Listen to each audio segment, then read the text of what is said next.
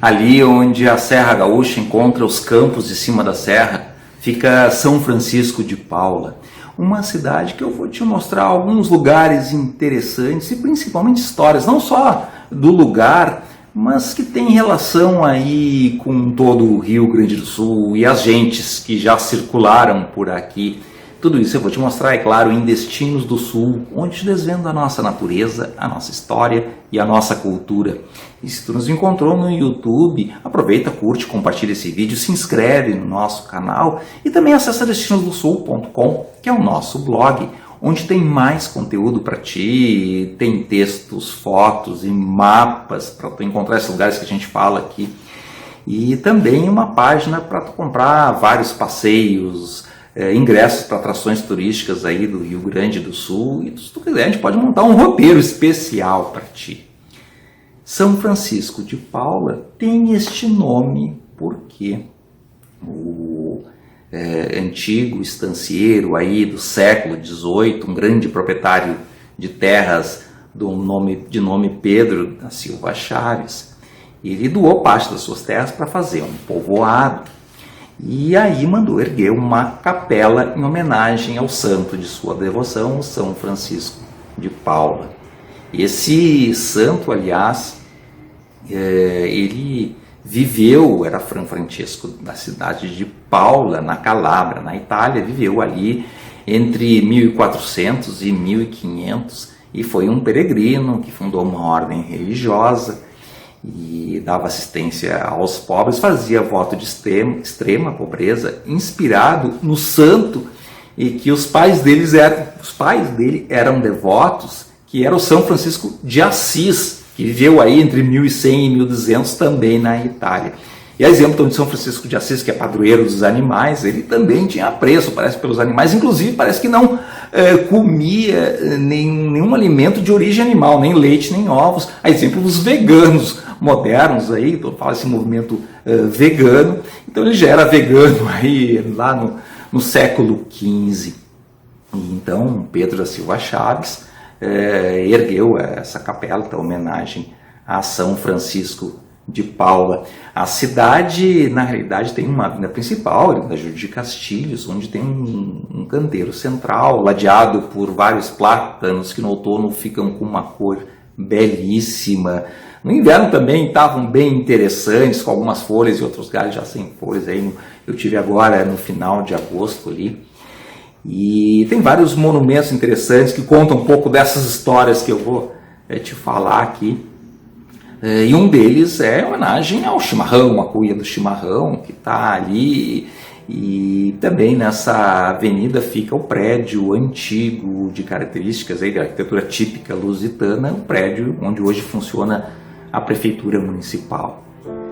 Ali, bem perto, então fica a matriz, em homenagem, é claro, a São Francisco de Paula, uma igreja que foi construída nos anos 60. Ela não é tão antiga, porque ela foi substituindo antigas igrejas que estavam no mesmo lugar desde aí do século XVIII. Mas o que é mais interessante nessa igreja é os seus vitrais, são um dos mais belos aí que eu já vi, e se destaca um que tem então a figura de São Francisco de Paula.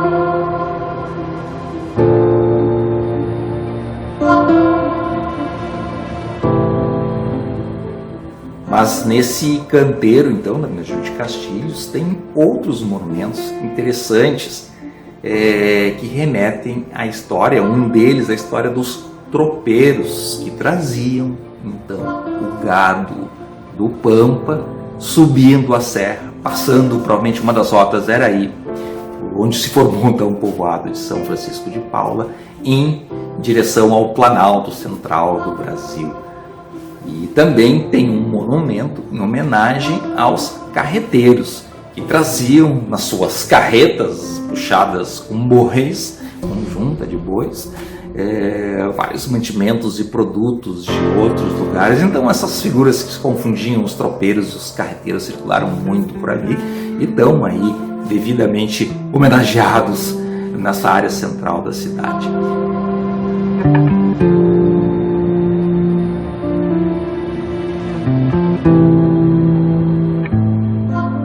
Um outro lugar interessante que tem ali é uma livraria, e não é bem aqui uma propaganda comercial, porque esse é uma atração turística da cidade, a Livraria Miragem, pelo grande acervo que ela tem dedicado à cultura gaúcha, pela arquitetura interna dela, com vários objetos enfeitando, criando todo um ambiente que te remete ao passado, então, da cidade, da região. Em meio à rodeza dos campos, você tem uma miragem de muitos conhecimentos e livros, claro, sobre obras de tudo quanto é jeito.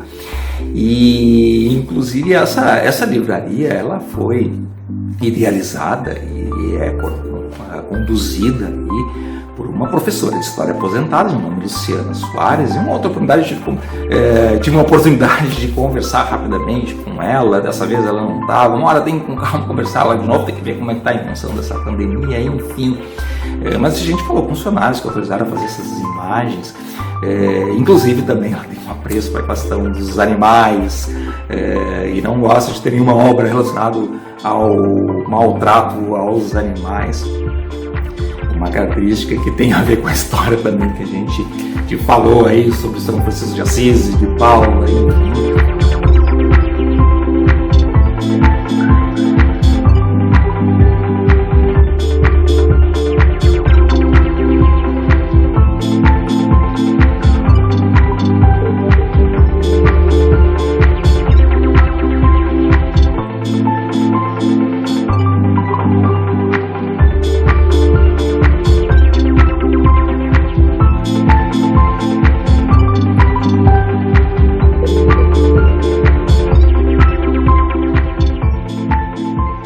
Em anexo à livraria tem, inclusive, um antigo prédio onde funcionou, a partir de 1918, o Banco Nacional do Comércio, uma instituição bancária que tem uma história interessante também. Eu pesquisei um pouco, mas tem que falar um pouco sobre a trajetória e o patrimônio dessas antigas instituições, que, enfim, foram se fundindo e transformando em outras instituições.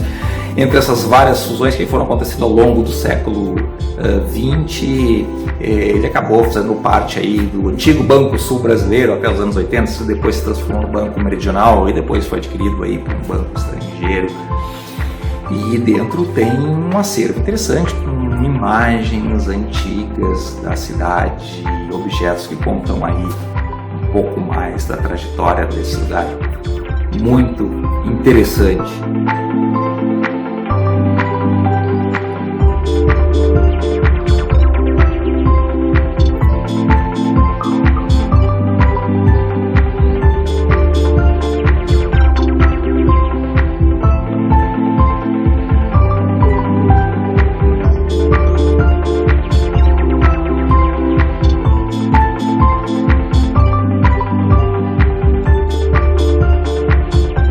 Esse lugar, então, São Francisco de Paula, bem ali perto dessa livraria, que também fica na Júlio de Castilhos, tem mais um monumento que eu deixei então aí para o final desse vídeo, que faz homenagem a uma figura lendária no seu momento de sofrimento, muito conhecida aqui pelos gaúchos, pelo menos eu conheço, não sei se muita gente conhece, que é a lenda do Negrinho do Pastoreio.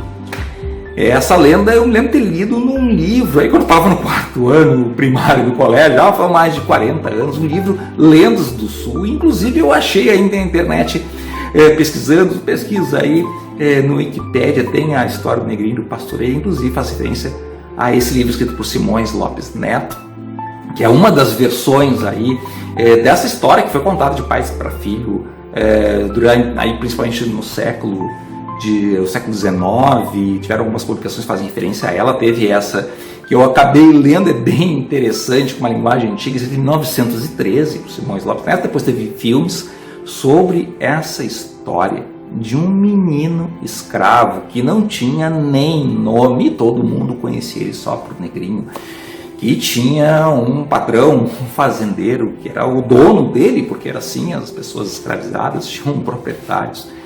E esse patrão era um patrão muito malvado e castigou uma vez severamente o Negrinho, porque ele dormiu e perdeu uma tropa de gados e cavalos, enfim, que se perdeu pelos campos e ninguém achava mais, e o patrão mandou ele procurar, senão ele ia ser castigado novamente.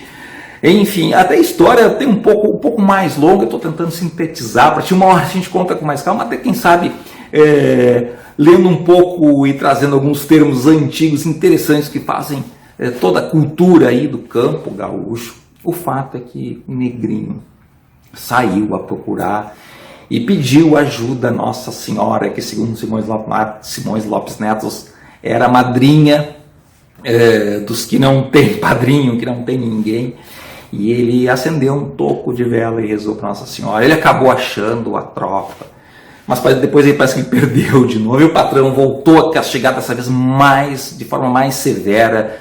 E, inclusive, ele ficou todo ferido e caiu desmaiado em cima de um formigueiro. E as formigas deram fim à vida do Negrinho. E quando o patrão então voltou no outro dia para ver o que tinha acontecido, o que tinha ocorrido aí então, como esse escravo dele viu esse menino escravizado em perfeitas condições de saúde, ao lado da imagem de Nossa Senhora, parecendo que ela estava no céu, e o patrão se ajoelhou. Mas o Negrinho saiu pelos campos a galopar, e até hoje muita gente que perde coisas no campo acende uma vela para Nossa Senhora e para o Negrinho do Pastoreio, para ajudar a encontrar aquilo que foi perdido. Uma história interessante que diz muito sobre a cultura de outros tempos aqui do Rio Grande do Sul, que é semelhante em outras partes do Brasil, do campo, da escravatura e tempos mais severos e mais violentos. Enfim, é uma história que tem a ver, sim, com todas as nossas raízes, histórias aqui do Rio Grande do Sul. Se você gostou do vídeo, então, tu já sabe, acessa destinosdosul.com, que tem muito mais para ti. Vamos junto!